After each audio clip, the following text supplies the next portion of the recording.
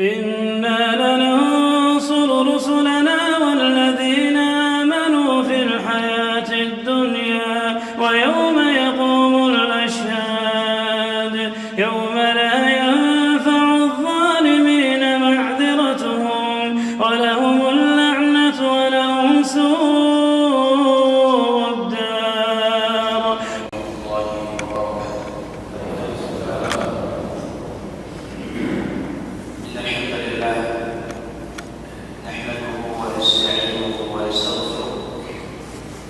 ونعوذ بالله من شرور أنفسنا ومن سيئات أعمالنا من يهده الله فلا مضل له ومن يضلل فلا هادي له وأشهد أن لا إله إلا الله وحده لا شريك له وأشهد أن محمدا عبده ورسوله صلى الله عليه وعلى آله وصحبه وسلم. يقول الله تبارك وتعالى في كتابه الكريم: يا أيها الذين آمنوا اتقوا الله حق تقاته ولا تموتن إلا وأنتم مسلمون. أما بعد، أيها الإخوة جماعة صلاة الصبح yang dimuliakan oleh Allah Subhanahu wa taala. Alhamdulillah, kita bersyukur kepada Allah Subhanahu wa taala. Pada hari ini kita masih mendapatkan nikmat dari nikmat-nikmat yang sangat banyak. Dan di antara nikmat terbesar yang diberikan oleh Allah Subhanahu wa taala adalah sampai saat ini kita masih diberikan kesempatan untuk hidup di penghujung bulan Sya'ban. Dan sebentar lagi kita akan berjumpa dengan bulan Ramadan, dan itu adalah bulan yang ditunggu-tunggu oleh seluruh kaum muslimin. Maka jemaah dimuliakan oleh Allah Subhanahu wa taala, kita berdoa kepada Allah agar Allah Subhanahu wa taala menyampaikan kita, memberikan kesempatan kepada kita untuk bisa beribadah dengan baik dan merubah segalanya dari awal menjadi lebih baik lagi, beribadah dengan lebih giat lagi dan lebih baik lagi, lebih benar di bulan Ramadan. Karena bulan Ramadan adalah bulan yang penuh dengan kebaikan. Sehingga Nabi Muhammad mengkhabarkan bahwasanya bulan Ramadan syahrul mubarak, bulan yang penuh dengan keberkahan. Itu bulan yang penuh dengan kebaikan. Al-barakah kathratul khair wa thubutuha. Yang disebut dengan barakah itu banyaknya kebaikan, dan kebaikan itu tetap terus menerus ada. Maka ketika Allah Subhanahu wa taala telah membuka pintu ini, maka kita jangan sia-siakan untuk masuk dalam pintu-pintu kebaikan. Dan di antara keutamaan bulan Ramadan, Nabi sallallahu alaihi wasallam mengkhabarkan, "Idza jaa Ramadan, futihat abwabul jannah wa ghulqat abwabun nar wa suffidat asy-syayatin." Apabila Ramadan datang, maka pintu-pintu surga akan dibuka dan pintu-pintu neraka akan ditutup dan syaitan akan dibelenggu. Maka ini kesempatan besar bagi seluruh kaum muslimin untuk beramal sebaik-baiknya dan beramal sebanyak-banyaknya kepada Allah Subhanahu wa taala. Karena kebaikan dibuka selebar-lebarnya dan celah untuk melakukan keburukan itu sudah sedikit, dikarenakan syaitan itu dibelenggu di bulan Ramadan. Walaupun kita melihat masih ada kebanyakan kaum muslimin yang melakukan maksiat dan dosa di bulan Ramadan, maka itu berangkat dari tabiat jeleknya. Walaupun syaitan telah dibelenggu, tapi manusia punya tabiat buruk, sifat buruk. Oleh karenanya Nabi SAW dalam setiap khutbahnya, mukadimahnya, beliau menyampaikan, "Innal hamdalillah nahmaduhu wa nasta'inuhu wa nastaghfiruh wa na'udzu billahi min syururi anfusina." Dan kita berlindung dari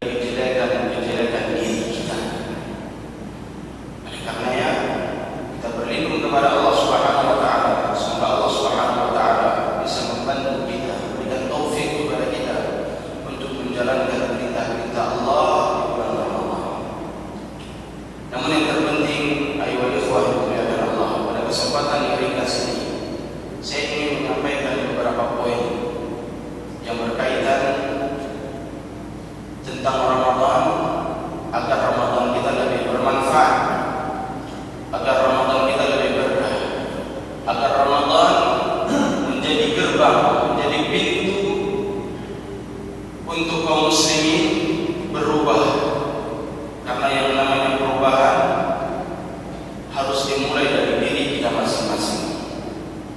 Kalau perubahan ini sukses, setiap kita bisa berubah menjadi lebih baik,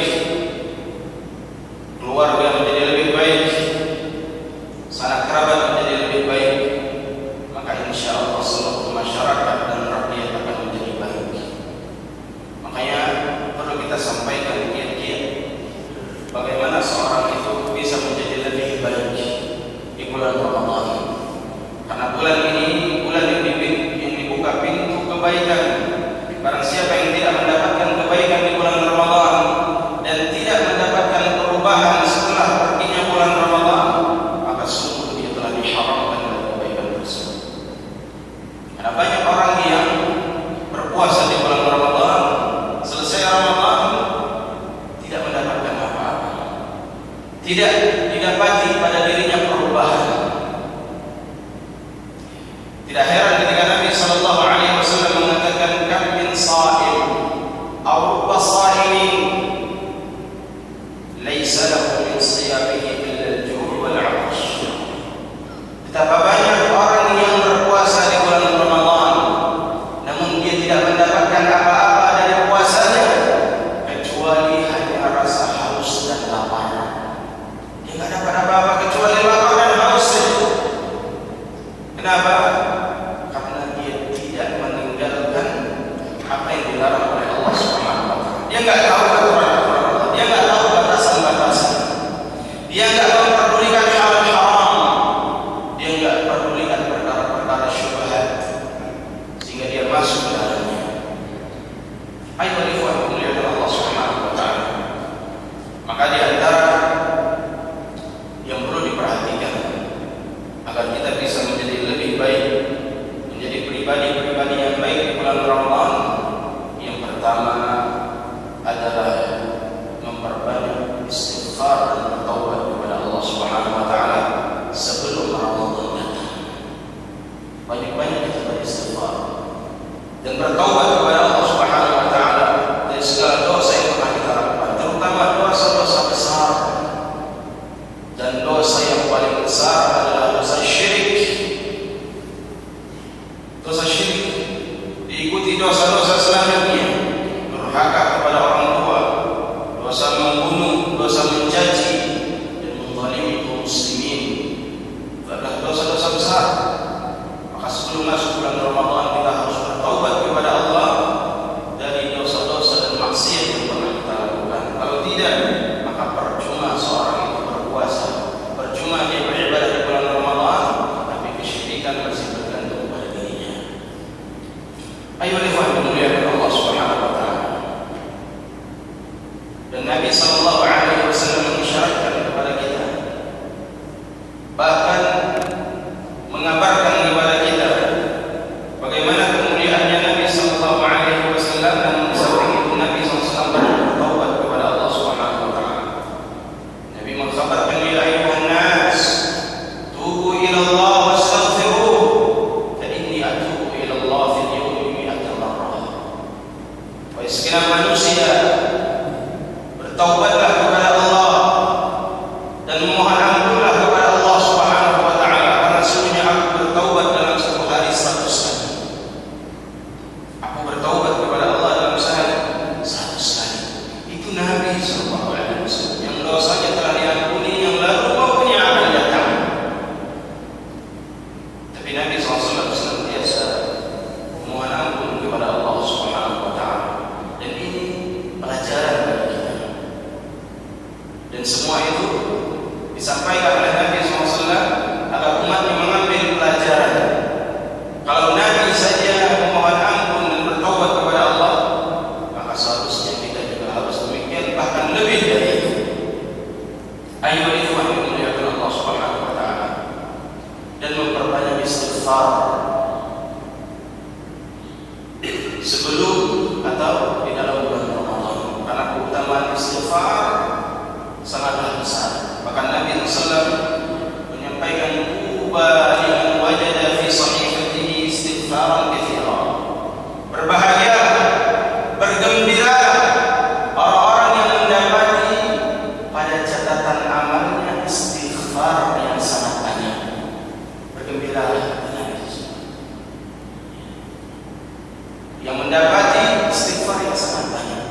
Artinya dalam kehidupan dunia dia banyak beristighfar, dia banyak ingat kepada Allah Subhanahu wa taala. Dan keutamaan istighfar banyak sekali. Bahkan Nabi menyampaikan orang-orang yang banyak beristighfar akan dimudahkan urusannya, akan dimudahkan rezekinya.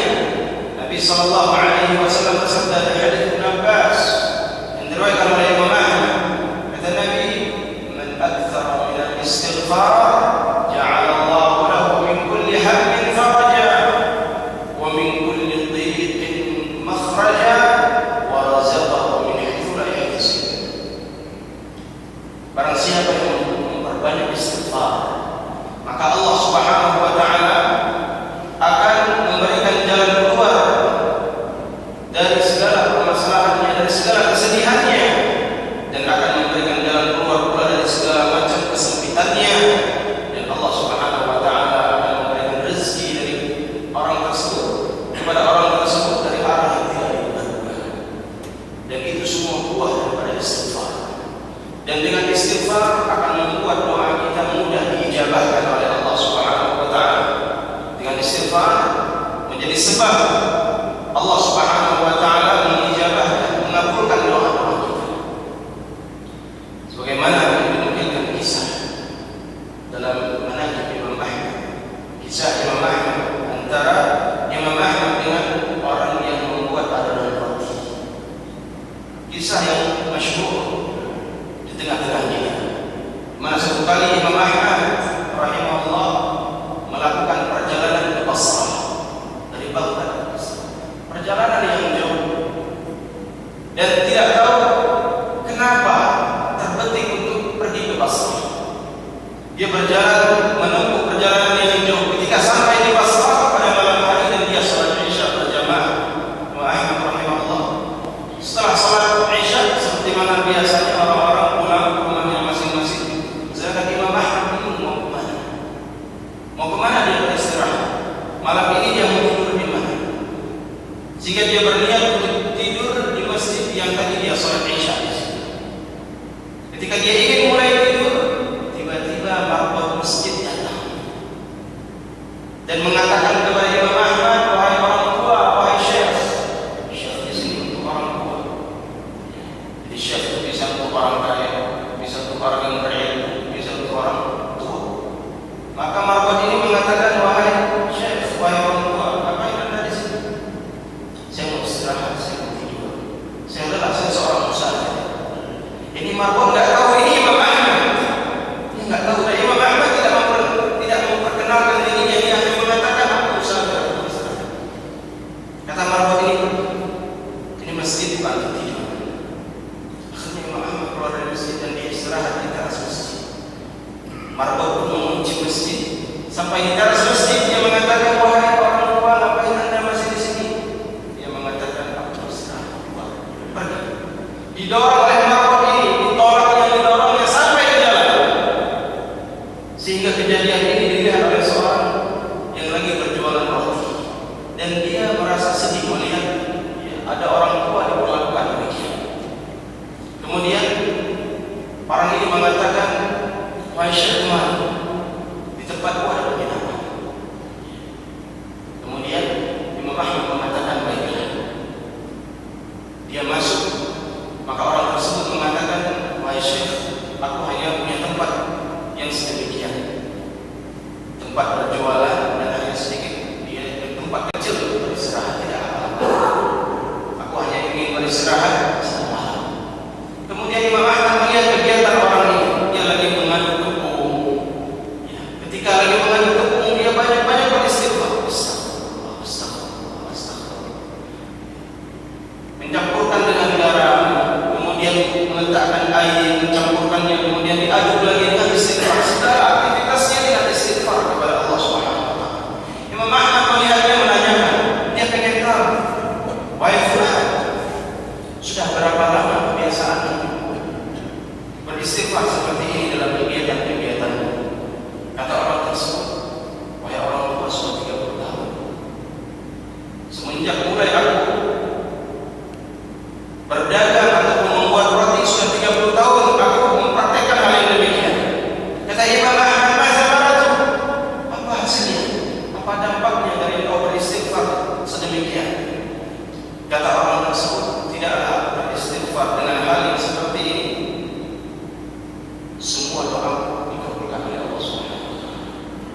Semua doa-doa permintaan diijabahkan oleh Allah Subhanahu wa taala.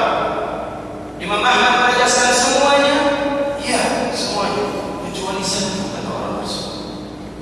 Imam Ahmad penasaran, apa doa apa yang belum diijabahkan oleh Allah Subhanahu wa taala? Kata dalam roti tersebut, satu doa yang belum diijabahkan, di mana aku berdoa kepada Allah Subhanahu wa taala agar aku dipertemukan dengan Imam Ahmad. Kemudian Imam Ahmad mengatakan, Allahu Akbar, sesungguhnya Allah Subhanahu wa taala sekarang telah mengijabahkan doaku, dan aku pergi dari negeriku menuju Basra sampai ke masjid, aku didorong-dorong oleh marbot, aku dihinakan, aku ditolak, aku didorong, aku diusir. Ternyata semua itu cara Allah Subhanahu wa taala untuk mengabulkan doa, dan semua itu dengan sebab istighfar. Dengan sebab istighfar. Jadi seluruh doanya telah dikabulkan oleh Allah Subhanahu wa taala dengan sebab istighfar. Banyaknya dia beristighfar kepada Allah Subhanahu wa taala. Maka ayolah yang dimuliakan Allah Subhanahu wa taala. Sadaq Rasulullah sallallahu alaihi wasallam. Benarlah Nabi sallallahu alaihi wasallam dengan seluruh sabdanya, dengan apa yang disebutkan oleh Nabi SAW tentang keutamaan orang-orang yang beristighfar. Maka sebelum Ramadan datang, sebelum Ramadan tiba, kita banyak-banyak bertaubat dan beristighfar kepada Allah Subhanahu wa taala agar Allah menjadikan kita pribadi-pribadi yang baik. Yang kedua, agar menjadi pribadi yang baik. Setelah seorang itu bertaubat dan beristighfar kepada Allah, maka jadilah pengajian-pengajian. Hadirilah majelis-majelis ilmu. Datangilah banyak guru-guru yang bermanfaat, yang memiliki ilmu yang berkualitas, Al-Quran dan Sunnah Nabi SAW yang disampaikannya. Maka hadirlah majelis-majelis ilmu untuk bisa istiqamah di dalam taubat dan hijrah kepada Allah Subhanahu wa taala. Belajar. Karena barang siapa yang belajar, dia akan kokoh, dia akan istiqamah.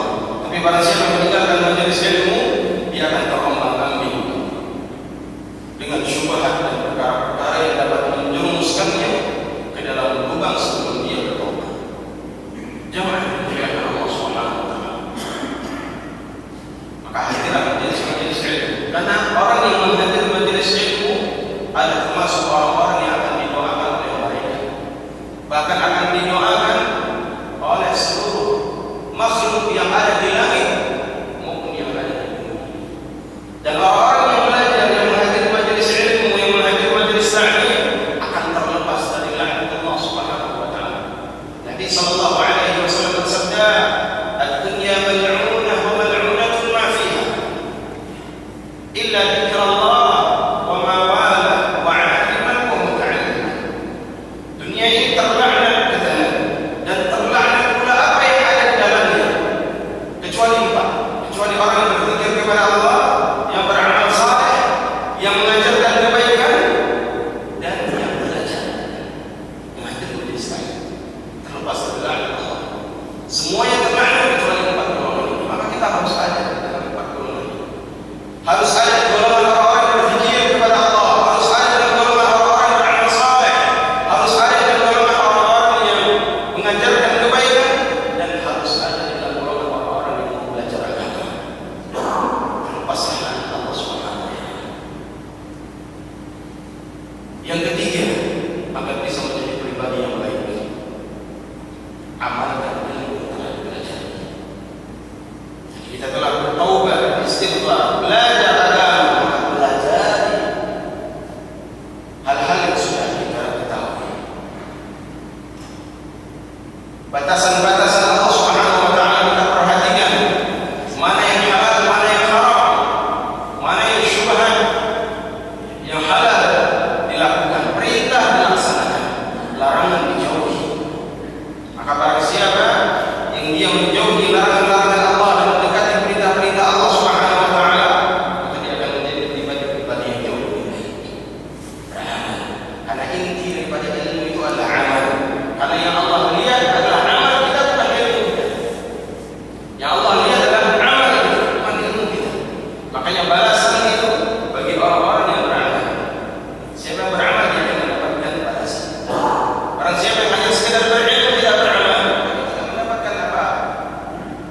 hanya mendapatkan proses ketika dia belajar ilmu.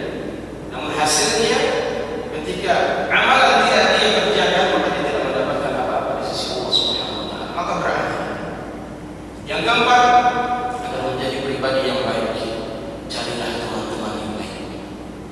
Carilah teman-teman yang baik dan tinggalkan teman-teman yang buruk. Teman-teman yang mengajak kepada dosa dan maksiat, mengajak kepada ngumpul-ngumpul yang tidak bermanfaat, mengajak kepada pertemuan-pertemuan, perkumpulan-perkumpulan yang mengundang murka Allah Subhanahu wa taala, yang tidak ada di dalamnya faedah, bahkan keuntungan di akhirat. Maka jauhi teman-teman yang demikian. Jauhi teman-teman orang-orang yang suka berkata kotor, orang-orang yang suka mendengki, dan terutama jauhi orang-orang yang suka berbuat maksiat kepada Allah Subhanahu wa taala, berbuat syirik kepada Allah Subhanahu wa taala, menyekutukan Allah Subhanahu wa taala, berkhianat kepada Allah dan Rasulnya. Jauhi teman-teman yang demikian dan bertemanlah, cari teman-teman yang baik. Karena kata Nabi sallallahu alaihi wasallam, al-mar'u 'ala dini khalilih falyanzur man yukhalil. Seorang itu tergantung agama temannya, maka perhatikan siapa teman-temannya. Kalau temannya baik, dia akan ikut baik. Kalau teman gaulnya buruk, maka dia akan ikut buruk. Sama saja, baik itu mau dia anak-anak, anak muda, orang tua. Kalau teman gaulnya salah, maka dia akan menjadi orang-orang yang salah. Tapi kalau teman gaulnya baik, dia akan menjadi orang-orang yang baik, karena itu mempengaruhi. Dan Nabi SAW mengabarkan kepada kita perumpamaan teman yang baik seperti orang berteman dengan minyak wangi, berteman dengan orang yang menjual minyak wangi, dan orang yang berteman dengan teman yang buruk seperti orang yang berteman dengan ahli besi. Berteman dengan orang yang baik seperti berteman dengan penjual minyak wangi. Kita nggak beli minyak wanginya, walaupun kita nggak beli, kita bisa mendapatkan harumnya, atau paling tidak dikasih, disemprot sekali dua kali, ataupun kalau tidak dapat, paling tidak kita menyium baunya yang bagus, dapat dampak yang bagus. Tapi kalau berteman dengan orang yang jelek seperti berteman dengan ahli besi, kita nggak beli, kita dekat-dekat saja akan terpencing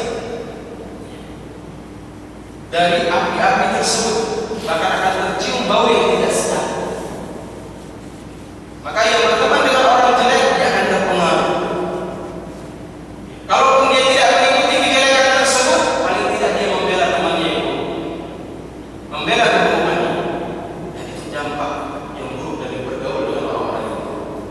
Ayo lihat memuliakan Allah Subhanahu wa taala. Dan yang terakhir, agar menjadi pribadi-pribadi yang baik, muslim yang lebih baik, muslimah yang lebih baik di bulan Ramadan, maka banyak-banyak berdoa kepada Allah Subhanahu wa taala agar diberikan keistiqomahan, kokoh di atas hijrahnya, menjadi pribadi yang lebih baik selama-lamanya setelah Ramadan. Maka tempuhlah 5 hal ini: beristighfar, bertaubat kepada Allah, kemudian mencari majelis-majelis ta'lim dan menghadirinya, mencatat ilmu-ilmu yang bermanfaat.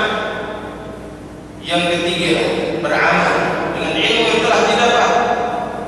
Yang keempat, dia mencari teman yang baik, teman yang gaul yang baik. Dan yang kelima, dia banyak-banyak berdoa kepada Allah Subhanahu wa taala, bermohon kepada Allah Subhanahu wa taala agar dikokohkan hatinya. Ya muqallibal qulub, tsabbit qalbi ala dinik. Doa yang diajarkan Nabi SAW. Wahai zat yang membolak-balikkan hati,